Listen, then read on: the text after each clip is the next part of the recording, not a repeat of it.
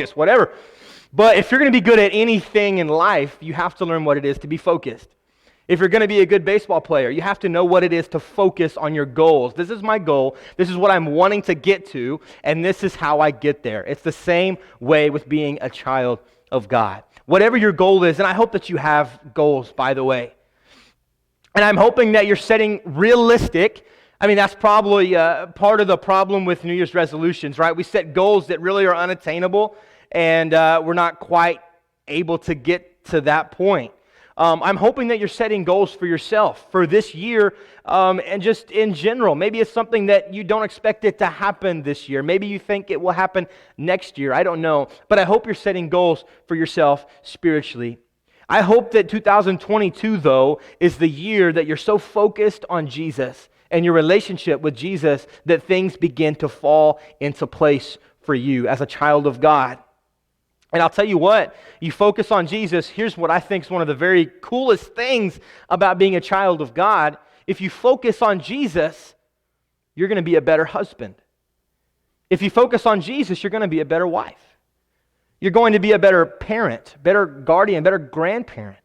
You're going to be a better coworker. You're going to be a better boss. You're going to be better at whatever it is if you're focused on Jesus. Because as you look at Jesus' behavior, and as you try to model after him, your life after his life, things will fall into place. And you'll find that you are becoming better and better at whatever it is in life, right? Again, tonight we're talking about that scary, scary word, that word changed. And I did some research. I've been researching this for a while. I knew that I would be talking about this word changed. There are some reasons, not only reasons that we can find in the Bible, and we could find examples of probably all of these in the Bible, but there are psychological reasons why human beings don't do so well with change. Okay, we don't do well with change, right? We're not the greatest at change. And the further into life you get, I'll just put it that way, I'll just let you decide what category you're in, but the further into life you get, the harder change becomes. And that's just the natural way of things. And again, we're not talking about changes like, what color pads do we want in the pews? I'm not talking about those kinds of changes today necessarily. I mean, you can kind of put those in along with what we're talking about because I guess change is change to a degree. But we're talking about those inward spiritual changes. Some of the reasons that change is so hard for us, as I mentioned one this morning, probably the biggest one, is there's a certain level of uncertainty when it comes to change. When things change, it's scary because we don't exactly know what it will look like on the other side, which is why death is something that terrifies people. For most people, it's not, is it going to hurt? Death itself, the biggest problem is, what does it look like? What does this transition look like? There's a level of uncertainty about it. It also makes us uncomfortable because we're comfortable right here where we're at. And it's going to make us uncomfortable to go beyond that. One of the other reasons that change is so scary sometimes for some people is because we try to change too many things at once. Has that ever happened to you before? You try to change too many things at one time, and it's overwhelming. We got to change this, change this, change this, change this. And it's like it overwhelms us to the point where the idea of changing anything is terrifying.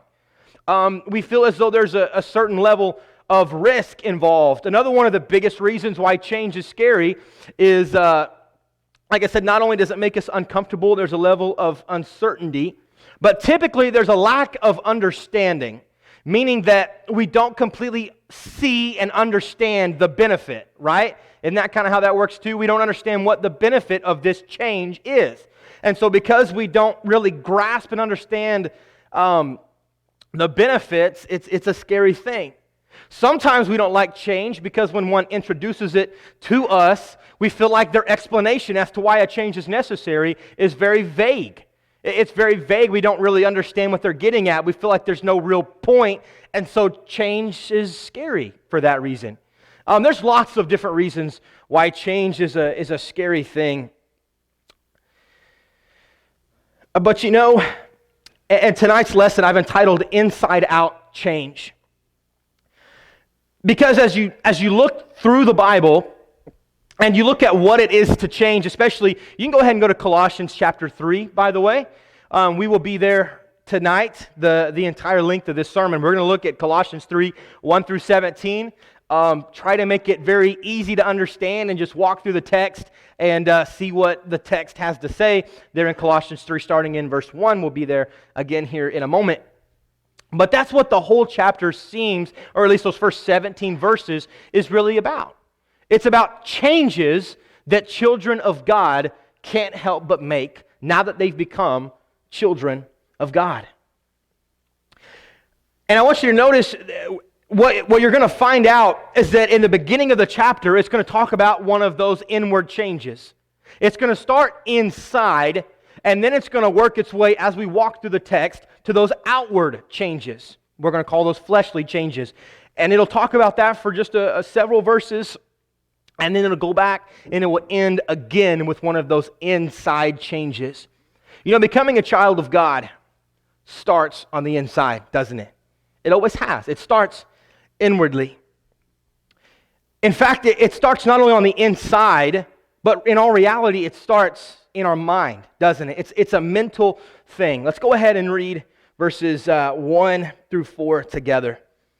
It says, "Therefore, if you have been raised with Christ, keep seeking the things that are above, where Christ is, seated at the right hand of God.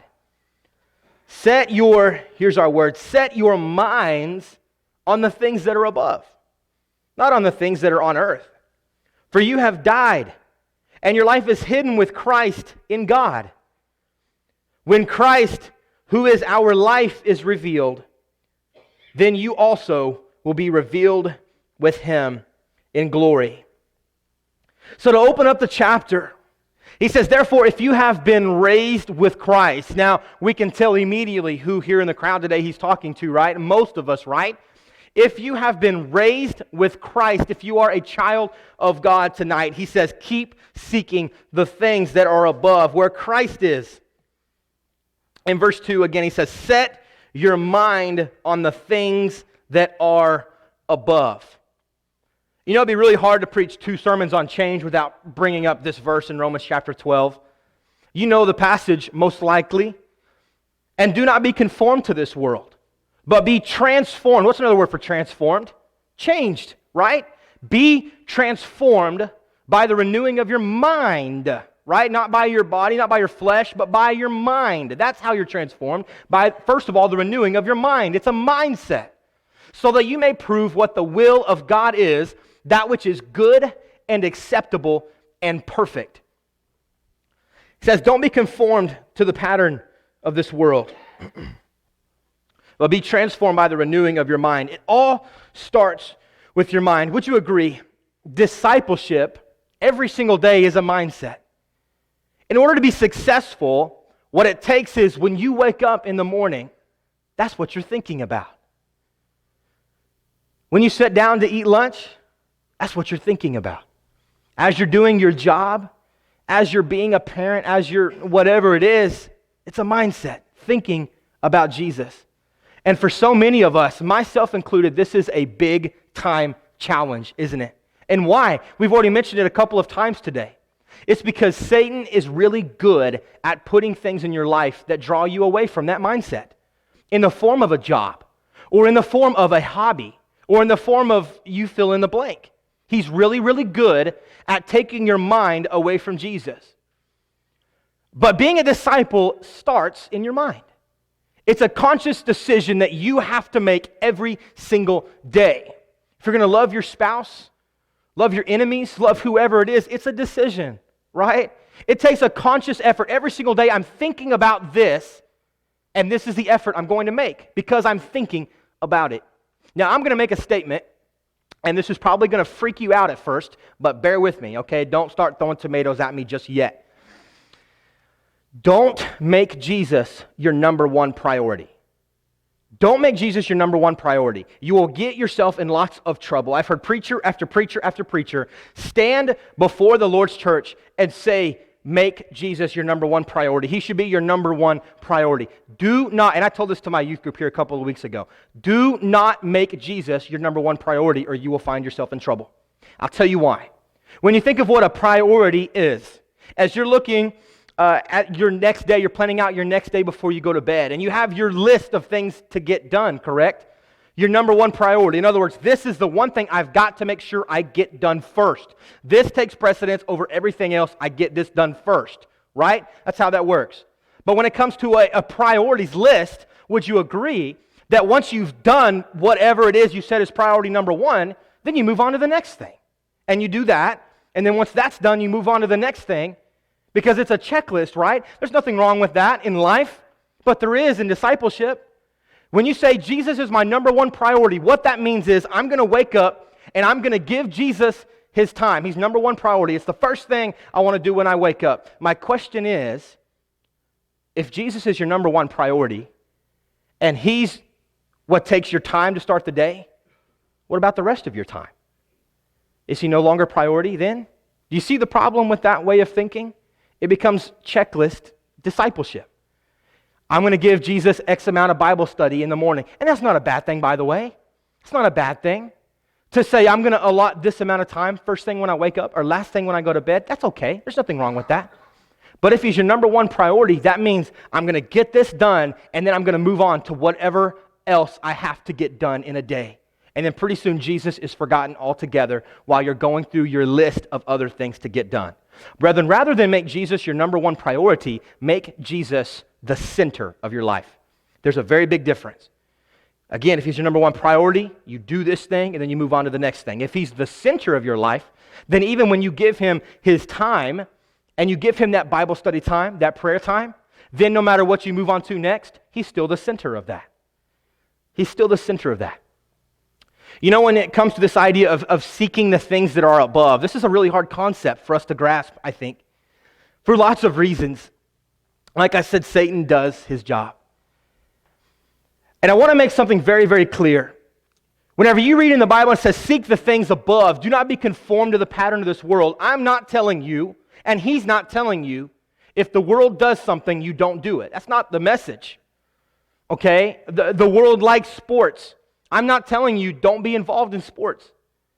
The world says send your child to school. I'm not saying don't send your child to school. The world likes to build houses, build homes, and to create something for yourself. I'm not saying don't build a home.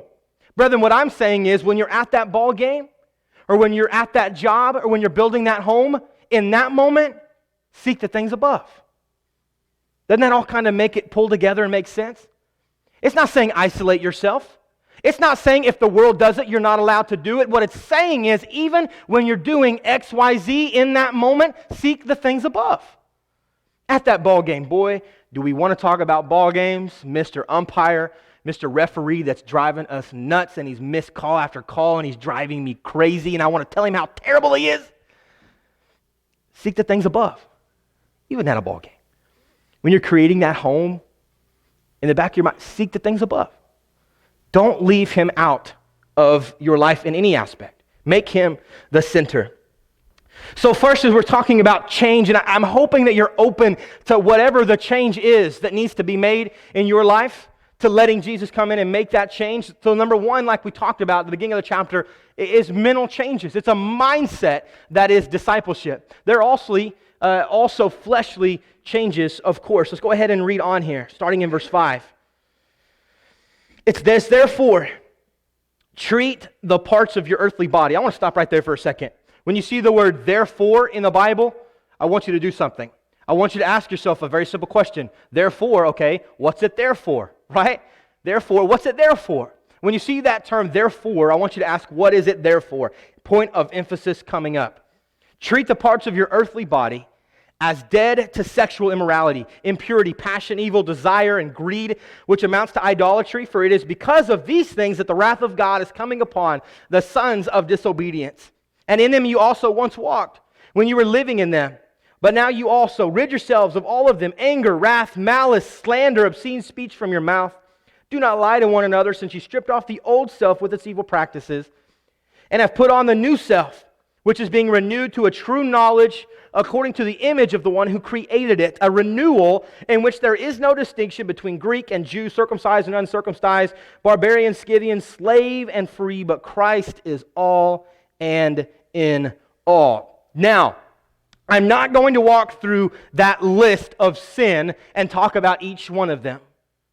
As a matter of fact, I'm not even going to stand up here and say, some of you are in sin and you need to change. That's not what I'm going to do either.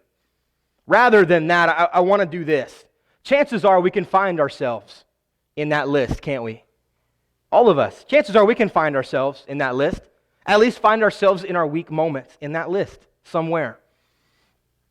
I want you to think for a second about the commandments, the law.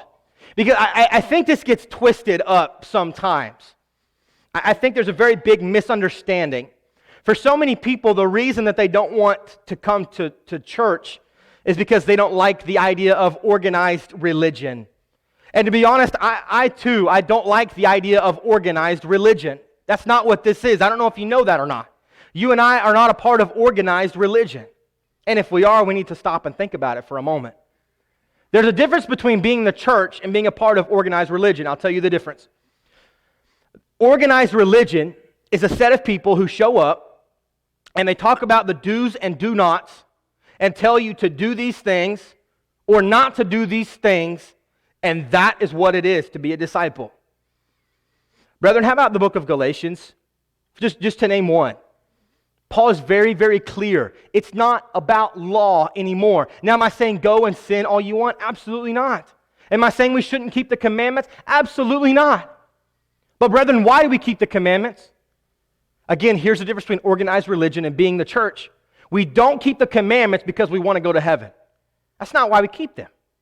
We don't keep the commandments because, well, that's just what I'm supposed to do if I'm going to earn my... Get rid of all of that, okay? We keep the commandments because we love God and because God loves us. End of story. We make this thing called being a Christian way too complicated, okay? It's not complicated. You've probably noticed that I don't stand up here and talk about sin a whole lot, and there's a reason for that. It's very important that someone addresses it. I'm not scared to have conversations about getting where we need to be. I don't have a problem with that. I'm not scared of that. But brethren, it's because that's not the point of the gospel. If you can look at the gospel and think the point is addressing sin, then something's wrong. The point of the gospel, haven't we already mentioned it? Jesus loves me. That's the gospel. Jesus loves me. I love him. And because I love him, I'm going to go be the best I can be for him. That is the gospel. There are fleshly changes, of course, that we need to make. And it's difficult. It's really difficult. There's mental changes, and of course, there's fleshly changes. And here's another one that I really, really like, is relational changes, starting in verse 12. It says, so, as those of you have been chosen of God. Man, I love that, don't you? As those who have been chosen of God, holy and beloved, put on a heart of compassion, kindness, humility, gentleness, and patience, bearing with one another and forgiving each other. Whoever has a complaint against anyone, just as the Lord forgave you, so you must also do. In addition to all these things, put on love, which is the perfect bond of unity. I don't ever want us to lose sight, again, of the point of the gospel. When it comes to these relational changes, Jesus spent a vast majority of his ministry talking about relationships, does he not? What we call the most famous sermon he ever preached, the Sermon on the Mount, Matthew chapter 5, 6, and 7. It's all about relationships, right? It's all about relationships. How do you treat one another? How do you go about disagreements? How do you go about handling this and this and this in your relationship? As a matter of fact, Jesus says what? Of course, we know what the law says. We know that what the two greatest commands are, right? Love the Lord your God with all your whole soul and mind and strength, and love your neighbor as yourself. We know that. And Jesus takes it a step further. He says, the way that you love me is by loving each other, right? Naked and you clothed me, right? Hungry and you fed me, thirsty and you gave me something to drink. But Lord, when did we see you thirsty and give you something to drink? When did we see you hungry? And he says, when you did it to the least of one of these, talking about the brethren. Brethren, the way we serve Jesus is by serving each other. Do not get that twisted. He made that very clear. The way we serve Jesus, one of the ways anyway, one of the biggest ways is by serving each other. So I want you to think really carefully about this. That coworker that bothers you and gets under your skin so bad, goodness, we probably have them. I know I do right here. I'm just kidding. Chances are most of us probably have that coworker that may bug us a little bit, or we have at some point. Or if you're not in that category, how about family members, right? We have those family members that drive us nuts, and it's like, oh my gosh, we have to go spend time with those people, and it's terrible, right? I want you to think really carefully for a second about how you deal with those types of relationships, because it's in those moments, dealing with people you don't particularly care for, that determines where you're at in Jesus. Because that's the whole point of what we're talking about here, relational changes. If that's what needs to happen, then let's do it. The way we treat people, the way that you treat others, even those people you don't like, those people that are mean to you, those people that are X, Y, Z, whatever, you fill in the blank, the way you treat those people, Jesus is saying, that's me that you're treating that way. So we have to be thinking very seriously about our relationships and what it is to make relational changes. We also have to think about this idea of making heart changes, starting in verse 15. It says, let the peace of Christ, to which you were indeed called in one body, rule in your hearts, and be thankful. Let the word of Christ richly dwell within you in all wisdom, with all wisdom, and teaching and admonishing one another with psalms, hymns, and spiritual songs, singing with thankfulness in your hearts to God. I told you before, as we open up the chapter, it's talking about renewing your mind, correct? It's talking about one of those inward changes, and it moves on to those flesh changes that we need to make, relational changes, all of that outside type of thing. And then it goes back again, and now it's talking about matters of the heart, isn't it? I love how the Bible does things like this. I love how it goes one place and then it comes back. I just love how it works. You know, as I was looking at verses 15 and 16, there was a word that came to mind, and it was mentioned twice, and so I would feel that I weren't doing it justice if I pointed it out. In verse 15, rule in your hearts and be thankful, right? There's that word thankful. And then you go on in verse 16, and it says to let the word of Christ richly dwell within you with all wisdom, teaching, admonishing one another with psalms, hymns, and spiritual songs, singing with thankfulness in your heart to God. Brethren, I'm going to tell you how it is, okay? I'm going to tell you how it is. I don't deserve my life at all, period. End of story. I don't deserve it. I don't deserve a wife that loves me the way that mine loves me, one that has the patience that mine has. I don't deserve ministry. I don't deserve to do this. I'm inadequate. Not only do I feel inadequate, but I know I'm inadequate. I don't deserve the family that I have. I don't deserve you. I don't deserve it. But boy, am I thankful. Isn't that what it's all about? I mean, so many of us, I've heard these types of comments from so many of you before. You said, Chase, I really don't deserve so-and-so, or I don't deserve this, or I don't deserve that. And the truth of the matter is you probably don't. I know I don't. But this is discipleship. Understanding that you're inadequate, understanding that you don't deserve it, and because you know those things, you can live life of thankfulness every single day because you do have them. Something I pound in not only our youth group's mind, but also in the spring when I'm coaching baseball. We talk a lot about having an attitude of gratitude. And it's one of my very favorite phrases that we use, attitude of gratitude. It's a daily mindset of I'm going to be thankful for every single day. God put air in my lungs this morning, and I am excited about it. And I've used about all of it that I have, by the way, in these 2 sermons in my class this morning. But I'm thankful that God put air in my lungs today. I'm thankful that God has given me strength in my legs, that I can walk around and I can talk to you guys. Some of you are like, I wish you couldn't, but that's beside the point. I'm just so thankful that God has given me what He's given me. And I hope that you don't let a day go by that you don't think about your blessings. Because if you really dig deep and you really think about it, my goodness, are we a blessed people? If you don't believe it, look at people in other parts of the world. I was reading a book here not too long ago. I may have told you about it. It's called Radical. And the book opens up with this, it's a denominational guy, and he visits the underground church in Asia. And he's sitting with a group of Christians in a dark room. And the reason it's dark and they're talking quietly because they're trying not to get caught. Because many of their friends and family have been killed because of their faith, and they refuse to stop doing it. And he said it was just an eye-opening experience. He said, we have no idea what we have. Sitting in that pew in that air-conditioned and or heated building every single week, we have no idea what we have. Brethren, can we be thankful? Can we have an attitude of gratitude for what God has given you? For that vehicle that you drove here? For that home that you get to go to after we're done? For that meal, chances are, you know what I'm talking about. Some of you are already thinking about the meal you're going to eat right now. For that meal that we're going to eat afterwards. Let's be thankful for what we have. And it all comes down to the heart. Jesus is always after your heart, right? He's always after your heart.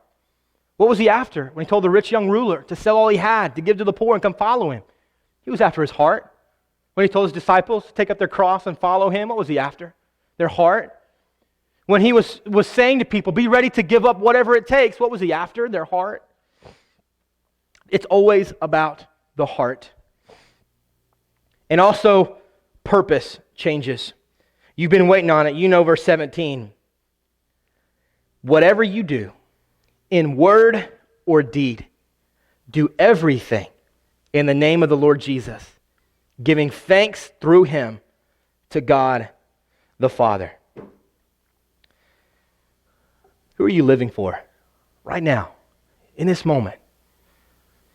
When you look at your life and you look at what you do every single day, who are you living for?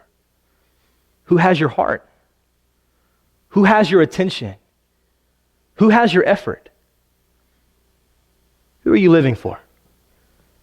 What's your purpose in life right now? Have you found your purpose yet? Maybe not. Brethren, I think you know what that purpose is, though, do we not? Something so cool that in the Bible, Jesus took men and he turned the world upside down with his disciples, but we often lose sight of the fact that he turned their world upside down first. He gave them purpose. He took fishermen and said, I'll make you fishers of men. You think that didn't change their purpose? Yeah, that's a shock, culture shock. He took a tax collector. He changed his purpose. Now you're not going to take from people. You're going to give and give and give some more of your time, of your effort, whatever. What's your purpose? Do you know your purpose? Who are you living for? Remember when you were a kid and somebody would make a dare? They would say something like, I dare you to do this. Did anyone else ever play truth or dare as a kid? Come on, we all did, right? Truth or dare. And it'd be your turn, you say, okay, truth. And then they would say, okay, is it true that you did this? And they're like, I meant dare, right? Because we didn't want to talk about whatever it was. And I can remember playing truth or dare as a kid, and I took it way too seriously. My friends knew this, and that's why they had so much fun with it. They would say, Chase, I dare you to do this. And I was one of those guys, I'm like, whatever, I guess I'm going to do it. And if I ever started to say I didn't want to do it, all they had to do was say, you won't. It's like, bet, yeah, I will. Watch this. And I would do whatever it was. It was really stupid, by the way. Don't ever do that. Kids in the audience, I'm not advocating for that mentality, by the way. But when someone would make a dare, in my mind, that meant, okay, you have to do it. He just called me out. He just challenged me, right? I dare you to do this. Well, brethren, I have a dare for you tonight. I dare you. I'll tell you what, I'm gonna up it a little bit. I triple dog dare you. Didn't that always add to the fun? I triple dog dare you to make 2022 the year that you give God your heart, your purpose, and make everything about Him and watch what He does within your family, within your relationships, within your job, within whatever it is. I triple dog dare you to focus on Jesus as we move forward together. I appreciate your attention today so much, and I hope that you've been blessed by what God has had to say in His Word, and I just appreciate so much that you are the attentive audience that you are. We always offer up a song of invitation. And brethren, to be honest, I think sometimes we take for granted that we have the opportunity to respond to an invitation. This is a chance. We can pray together. I would love to pray with you. I would love to pray for you. If you want to become a Christian, let's talk about it. Let's take care of that. We can do that. That opportunity is made available. But we cannot help you unless you let us know how we can help you. Brethren, whatever your need, please come as we stand and as we sing.